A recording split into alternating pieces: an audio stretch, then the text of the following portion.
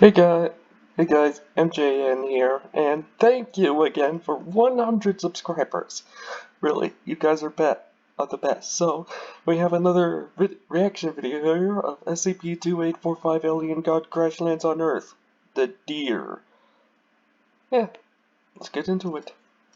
On November 27, 2011, a comet was spotted traveling towards Earth. This comet's existence was confirmed by Mount John University Observatory on December 1st of that year, and the next day, the Minor Planet Center gave it a name, Comet C-2011-W3. Scientists continued to observe this comet's trajectory, which appeared to be nothing out of the ordinary. That is, until C-2011-W3 reached perihelion. C-2011-W3, like many objects entering the solar system, had been pulled into orbit around the Sun. And perihelion is a scientific term which refers to the point at which an object in orbit is the closest to the star it's orbiting. On December 13th, as C-2011-W3 approached perihelion, Solar Dynamics Observatory observed a fragment splitting off from the main body of the comet, a fragment that then began hurtling towards Earth. Despite the SCP Foundation's implementation of deterrence procedures, the comet stayed its course,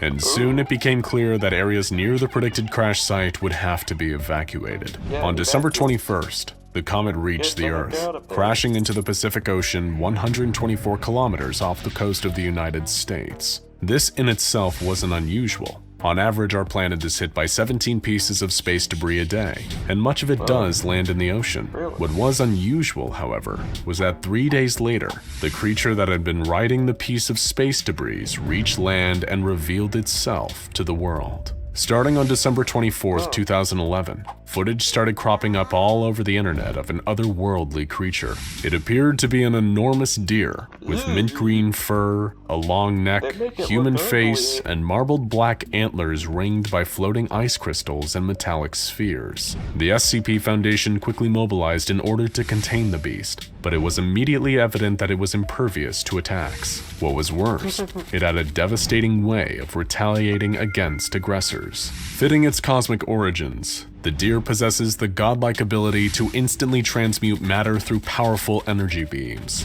It can turn solids into liquids, gases into solids, and organic matter into metal instantaneously. The materials that result from these transmutations remain stable, despite outside factors that logically should destabilize them. For example, the deer can create shapes made of solid frozen hydrogen that remain solid even outside of the sub-zero temperatures that it normally requires to keep gases in their solid states. This transmutation ability is used consciously as a form of attack, and the beams occur in a variety of shapes around the creature. The most common are a vertical column measuring 5 to 7 meters in diameter and 60 to 80 meters in height, or a horizontal cone measuring between 100 and 150 meters in length and 10 to 30 meters in width at the furthest end. Although the deer rarely attacks without provocation, it will transmute matter indiscriminately, making no effort to exclude non-combatants from the range of the attack. Everything within the range of attack is transmuted. People hit with the beam will be transformed into hexagonal columns roughly 2.4 meters in height, known as SCP-2845-1.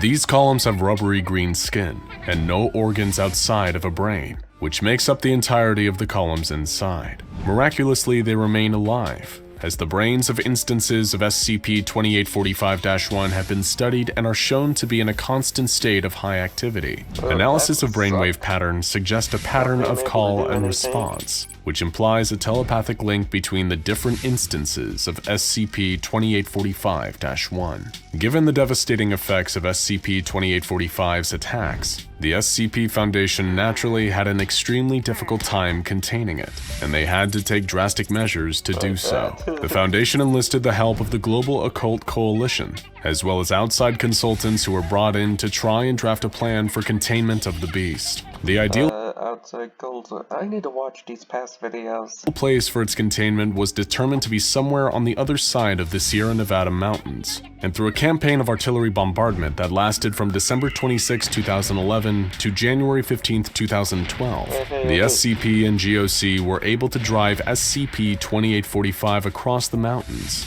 to the location that would become known as Site-100. What sets Site-100 apart from other SCP containment sites is the complex system put in place in order to properly keep SCP-2845 in containment. The site consists of 9 concentric circular bands, designated Ring A through Ring I, with a gap located between Ring C and Ring D. 6 circular chambers are located at 0, 60, 120, 180, 240, and 300 degrees within each ring and gap. The chambers located at 0 degrees are aligned with geographic north. 2 additional circular chambers are located outside of Ring I, located at 120 and 240 degrees. The floor of each circular chamber is decorated with a hexagram, or 6-pointed star made. Why not a pentagram? I mean, a septagram, a 7-pointed star. Made of lead. Oh, because the septagram is evil. Got it. The central chamber, containing SCP-2845 and 216 instances of SCP-2845-1, is to contain an atmosphere of 96.3% hydrogen, 3.25% helium, and 0.45% ammonia maintained at negative 110 degrees centigrade. Not another advertisement. Ugh, dislike it. I will never join the army. Never. Because Trump ruined it.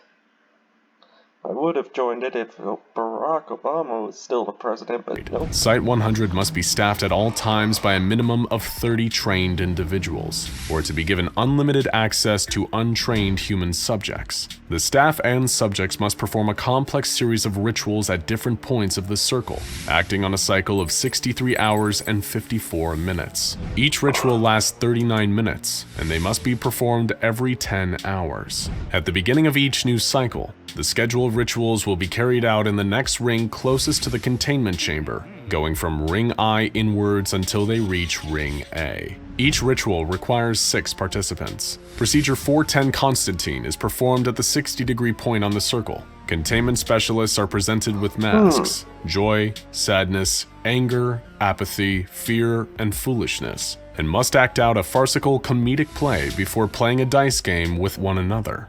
Procedure 420 per Arnaldo is performed at the circle's 120-degree point. This ritual involves a different direction? Yeah, that's involves a performance by a band consisting of a flute, oboe, clarinet, French horn, timpani, and bass drum. It must be a live performance. Recordings have no effect. Procedure 430 Epimetheus, performed at the 180-degree point, involves exchanging small gifts with values not exceeding $4.28 USD. Each gift exchange is followed by the recitation of Ceremony Epimetheus A, and followed by scattering grain over the chamber floor. Procedure 440 Cassiel, performed at 240 degrees, involves the recitation of Ceremony Cassiel A, while participants bind their feet with wool and drink 500 milliliters of olive oil. They will then break apart a rock weighing at least 200 kilograms with hammers. Ceremony Cassiel B is recited throughout. While the previous procedures might sound weird, it's after that point that the containment rituals start to take a turn for the gruesome.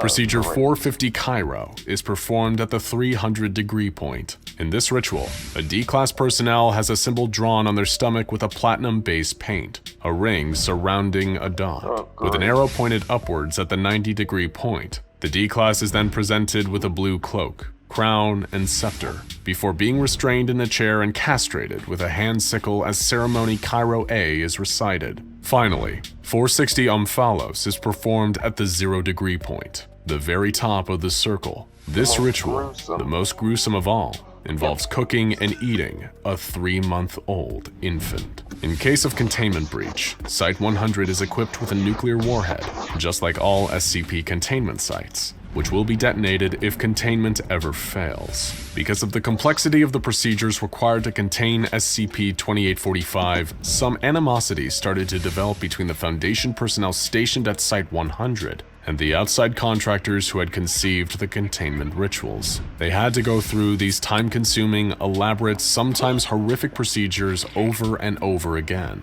going around and around the circular maze that made up the site every 10 hours. And there was no way of being able to tell if the things they were doing had any effect on the creature in containment at all. On the 31st of January 2012. Yeah, there's always a doubt they're or a skeptic. Site Director Dell finally approached one of the containment consultants and asked him why, exactly, they had to uphold all this pageantry. Surely there had to be some other, more streamlined way of keeping the creature in containment. The consultant denied this and explained their reasoning. I find it sickening that after all the struggle to contain this creature, pencil-pushing bureaucrats are still seeking to cut corners where they cannot be afforded to be cut. The ritual will remain as it is and will not be changed in any way. Rituals do not work because of some underlying laws such as those that science operates on. Rituals work because they are rituals. They work because an arbitrary set of criteria has been met with exacting care. Belief that meeting these arbitrary criteria achieves a certain end assigns power to the ritual. The actions that were once meaningless now have been assigned meaning through their repetition and application. This is how one seals away a god. And this is a god. I know that the Foundation does not approve of using the term, but it is still the case. The stag is a god, and it is not a petty local god. It is not one of the mild gods of Earth or some weaker spirit that is bound by the strength of man's belief. We have, for the time being, fooled it into thinking that we have overpowered it. It does not understand that we do so falsely. It is a god. For God's words have power. Ritual and belief hold greater power over a god than all the laws of science. So why are the containment procedures for SCP-2845 so dramatic and complex? The answer is simple, because the team believes the rituals work. As a cosmic deity, SCP-2845 doesn't follow any scientific laws as we understand them on Earth. But what it does understand is the power of rituals and belief. The only reason it hasn't escaped is that it responds to the beliefs of the Foundation personnel, and in turn it believes that it's being held in containment. The consultant goes on. It will not think to escape or even to change its strategy. The idea will not even pass through its mind. It cannot comprehend the concept. It does not think in the way we think. Truth be told, I would not say it thinks at all. This is an old god. It does not dabble in decisions. Decisions are for creatures who may act erratically, variably, or out of line. A god of this strength simply is. It is an absolute. It acts as a force. In building this ritual, we have shifted its being the slightest bit, and now it is locked into a pattern of behavior. It struggles against us, and we struggle against it. And we are locked together in eternal dance so long as the ritual remains intact. One last question. Okay. That was a long explanation. I'm sorry I didn't compliment anything about that. It's just hard to, because that voice was dead on. Question remains though, when it comes to SCP-2845. The rituals that are performed to keep it in place are far from random. They seem so specific that it feels impossible that the outside consultants could have come up with them out of the blue. What was their inspiration? Well, in his statement to Site Director Dell, he mentions listening to the songs of the converted. Remember how the instances of SCP-2845-1 were shown to not only be alive, but communicating with each other telepathically? They were able to communicate with the contractors as well, giving them the tools they needed to create the prison that would hold their god. If you were wondering how the converted feel about having been transformed into immobile green monoliths, the consultant had an answer for that question too.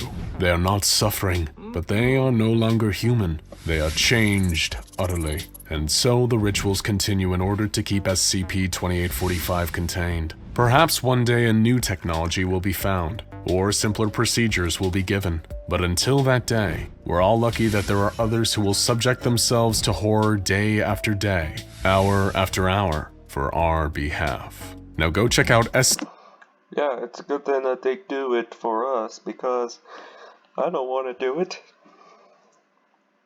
Alright, so check out the original in the description. This is an interesting video. I need to finish that list of locations of the SCP Foundation. And maybe they can use my data for their videos.